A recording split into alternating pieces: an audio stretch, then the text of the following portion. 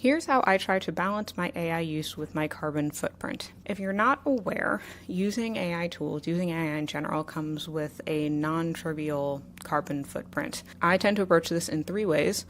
One is that I leverage pretty detailed prompts for very repetitive tasks. Every time you hit enter when it comes to using ChatGPT, that contributes to your carbon footprint. But it turns out that the amount of energy that you use for like a super long, you throw a bunch of text into one submission versus asking it one very quick thing, isn't that different. And so when I can, I try to use pretty detailed and complex prompts such that I only need to go back and forth with, I use Claude, not ChatGPT, but everyone talks about ChatGPT. Instead of having to go back and forth, 10 plus times to get at the thing that you actually want, it also just saves time because it means that I'm not doing as much back and forth work. Second is I try not to use it for things that don't work. I've talked here about how I use Notion a lot. Notion has a bunch of AI tools.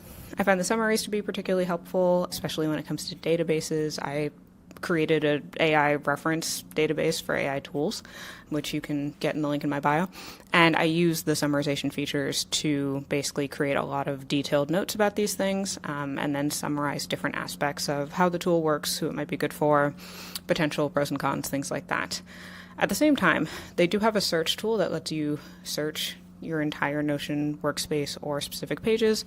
I have not historically found it to be super helpful for me. And then third is that I really don't generate video. Generative video comes with a much larger carbon footprint than using ChatGPT once or creating an image. I think it's ever really necessary for any kind of work, and I see no reason to add to my carbon footprint for something that's just completely unnecessary in my life. Obviously, this is not a perfect system. I still use AI a lot. It's kind of my job.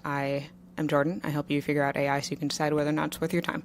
I'm a PhD candidate and an AI consultant, and I also make content. And it is something that I try to be really, really conscious of. It's something that when I work with people, they're often coming to me because they want to be more conscious of it, even if they're dealing with burnout, or they want to see how to use it to be more productive, or they just want to divest from using it entirely. So I'd love to hear how you might be thinking of your AI use in relation to your carbon footprint, particularly if you're someone who either is kind of wrangling with that balance as someone who is interested in using AI and finds it useful, but also as anyone who's like divesting from it completely. Let me know in the comments.